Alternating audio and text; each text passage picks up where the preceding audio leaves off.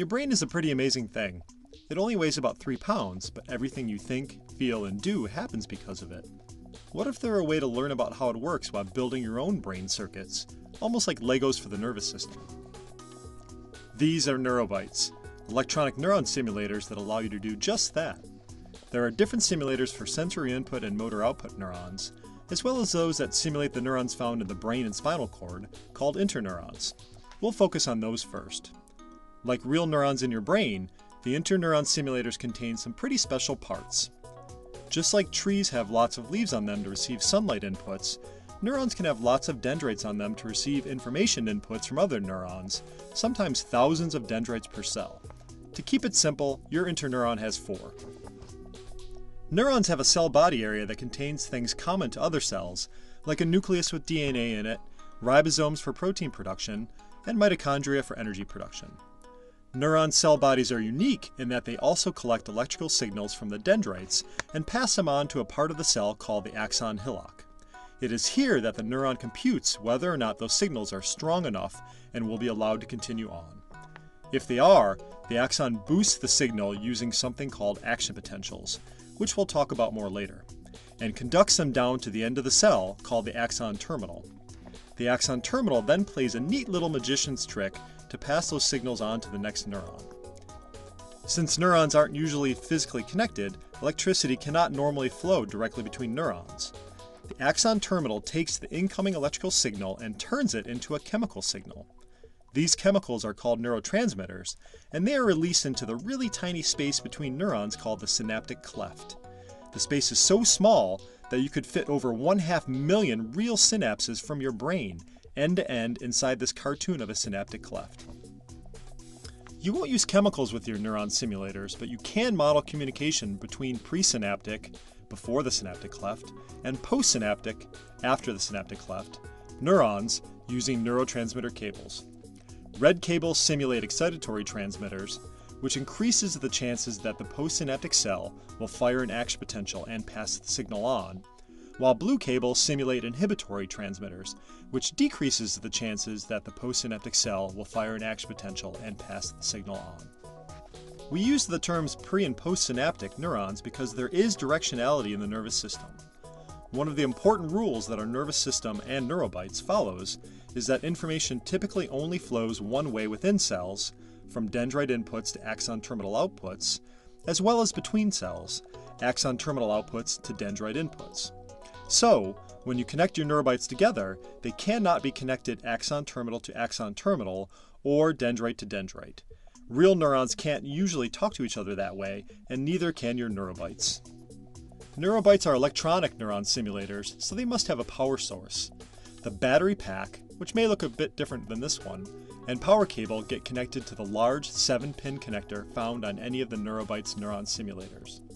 As you connect more NeuroBytes together into circuits, they will share power through the neurotransmitter cables, so only one power source is needed.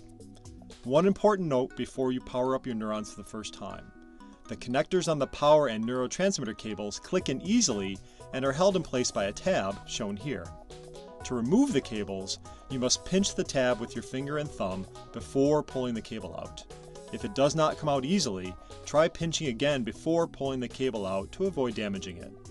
Now, if you haven't already, take out your battery pack and black power cable and connect it to one of your interneurons. When you connect your battery pack, which will represent from now on with this power button icon, you'll notice the LED lights up. This is telling you that your interneuron has power, but something more important too. The color of the LED is telling you how excited your neuron is. The green light is telling you that your neuron is at rest. That makes sense, because nothing is stimulating it. Just like the neurons in your brain, NeuroBytes neuron simulators need input to do something.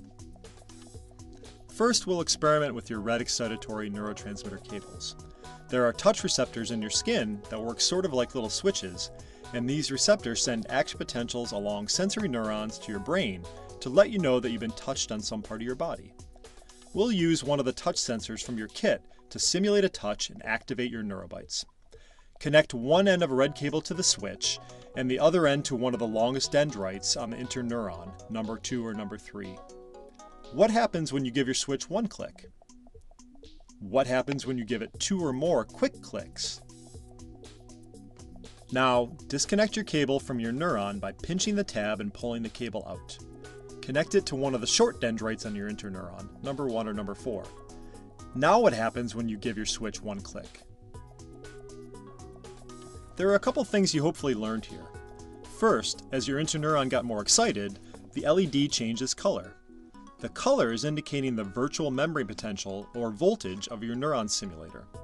Real neurons are able to use electricity to send signals because there is a difference in voltage across their membrane at rest, and that voltage difference changes dramatically during an action potential.